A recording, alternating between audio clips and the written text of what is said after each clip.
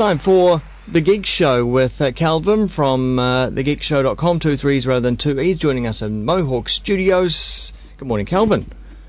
Good morning, Wammo. And today we've got a serving of interesting tech-related and science-type news. First up, this is such a great story. I can't wait to see the footage. James Cameron at the bottom of the ocean floor.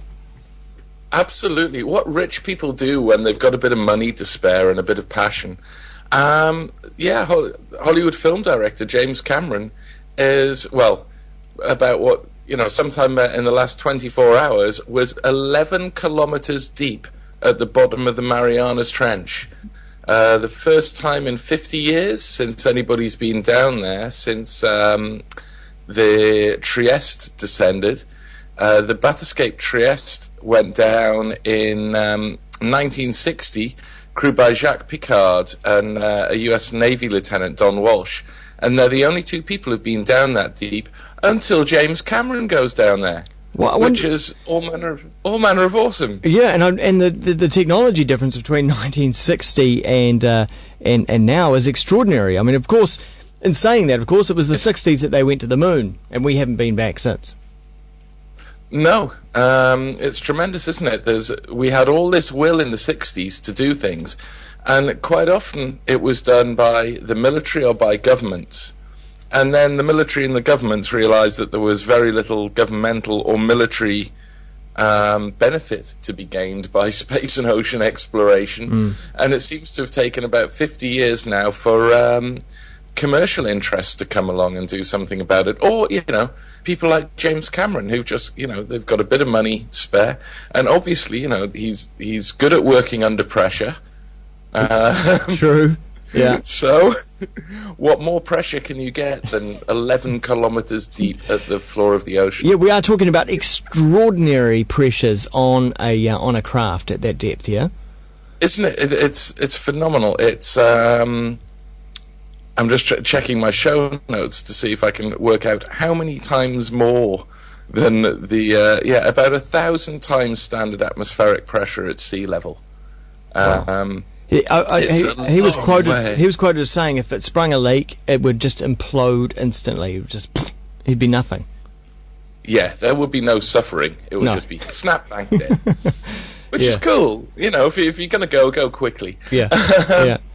But no, he really got into all of this when he was filming The Abyss, where they did quite a lot of stuff into deep diving. And I think he got really fascinated by all that. And I just think it's amazing that someone who's got so much and who's so important in Hollywood and stuff will risk his own life, because this is not a safe thing he's doing. No. But, going down, 57 years old, going down 11 kilometers to a solo dive to the bottom of the planet. And I guess no rescue plan either. I mean, if let's say it didn't implode, but he just for some reason lost power or couldn't get back up or something, they probably couldn't retrieve him. No, I don't think there's much can get down there. No, he'd be pretty stuck. But he isn't. So good on him. So that made me very happy to see that sort of thing happening. So next up, all three of my stories today have got a very similar kind of bent. These are things that I think traditionally or normally you'd expect maybe government money to come in and do. Yeah. But it's not. What's happening is private funding is what's really making all the waves. So my second story for today is to do with one of the Microsoft co-founders, Paul Allen, who's just donated $300 million to launch an effort to map the brain's basic circuitry of perception. Okay. So basically the institute that he started works a bit more like a product-driven startup than an academic lab. And he started his institute with a $100 million grant in 2003. And alongside several other people, I think about $2 billion has been put into basic neurophysiological research in the past 5 to 10 years from private funding. And is this to go about finding cures for disorders? No, this is to map how the brain works. They're trying to build a series of brain observatories, computational and observational tools to map neuron behavior at an individual neuron level. So as we get more and more processing ability and measuring ability, this is a project which will be able to look at, for instance, bits of the cerebral cortex and work out how vision works by reading and then modeling the billions of neurons required. And, they're starting off in little area by area within the brain with the idea that they're going to eventually map the whole brain and see all of its circuits and how they connect and communicate. So this is fantastic. If, this is over the next 10, 20 years, if they work this out, this is a really, really big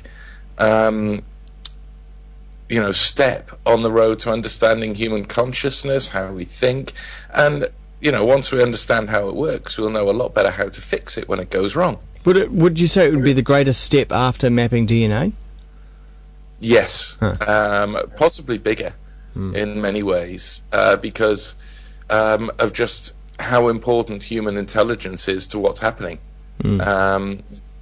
If we can understand our own intelligence to the point where we could make it better or build an artificial one that we can make better, I think there's a lot more gains to be had than simply understanding the building blocks of life and being able to make better bits of life, because the answers to fixing the planet come out of our heads, not our bodies, really. True.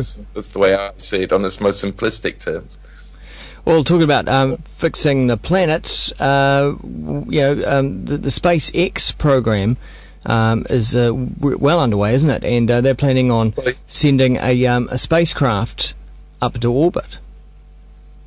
Yeah, well, they've already, SpaceX, which is Elon Musk's company, been running since 2002.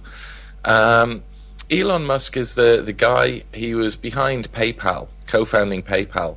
And when PayPal was sold for, $1.5 billion, Elon Musk walked away with a fairly large percentage of that. I think he owned, between 10 and 20%, something like that. So he walked away with a lot of money.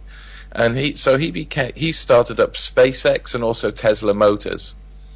And his dream was just basically he wanted to kick off space exploration because it had all ground to a bit of a halt. And he realized that the big problem was there was no way into orbit if you weren't a major government. So SpaceX's first role was simply to build rockets to get cheaply into orbit, which they've managed to do. They've developed the rockets, and in December they had their first mission paid for by NASA. And they announced 2 days ago that in late April they're doing a resupply mission to the ISS. So this is the first non-governmental, private industry mission. They've got a capsule, the Dragon capsule, which they've got plans to put men in there and astronauts, but at the moment they're just using it for materials. And this is basically the test runs to supply astronauts up to the ISS.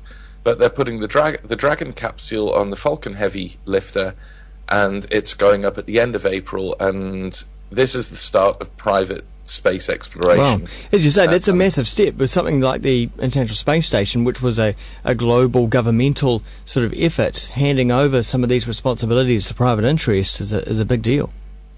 It's incredible, isn't it? And it's incredible that they can do this and make a profit.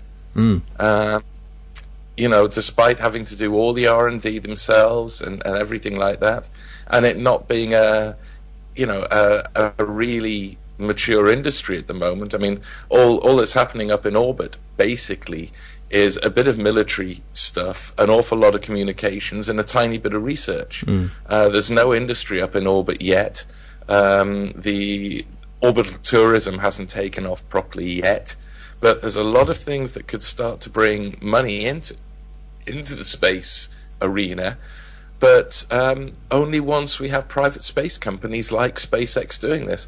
So that, I think this is really exciting that a lot of these things that were so big we used to require military and governments to do, we're now either commerce is growing or the problem has shrunk to a level where it's now commercially viable, and people are doing it, either cashed up geeks or filmmakers or business owners are getting into this arena, which is really exciting. Really exciting stuff. Well, if you want to see this as a video once more and actually take a look at some of the links that we were talking about, then you can up at thegeekshow.com, 2 3s rather than 2 E's. And Calvin, thanks very much for joining us from Mohawk Studios. Yep.